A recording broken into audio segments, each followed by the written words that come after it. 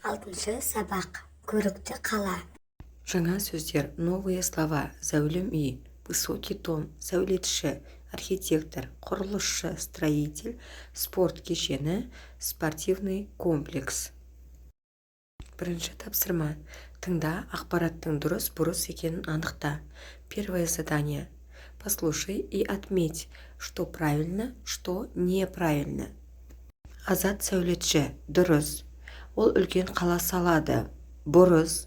Көшенің оң жағына саябақ салады. Дұрыс. Сол жағына демалыс орындарын салады. Дұрыс. Екінші тапсырма.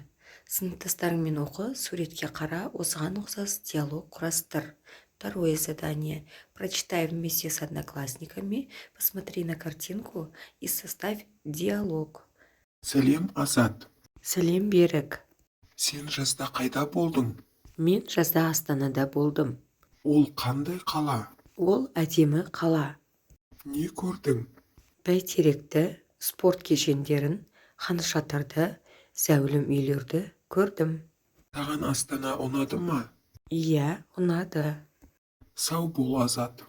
Сау бол, Берік. Үшінші тапсырма. Сөйлемдер құрап жаз.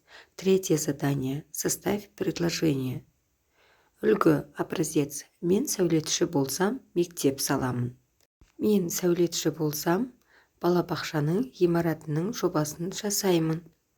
Мен құрылысшы болсам, ойын-сауық орталығын саламын. Төртінші тапсырма. Өз армандаған қалаң туралы айт. Четвертое задание. Расскажи про город мечты. Мен Ақтау қаласына барғым келеді. Ол жерде Каспий теңізі бар.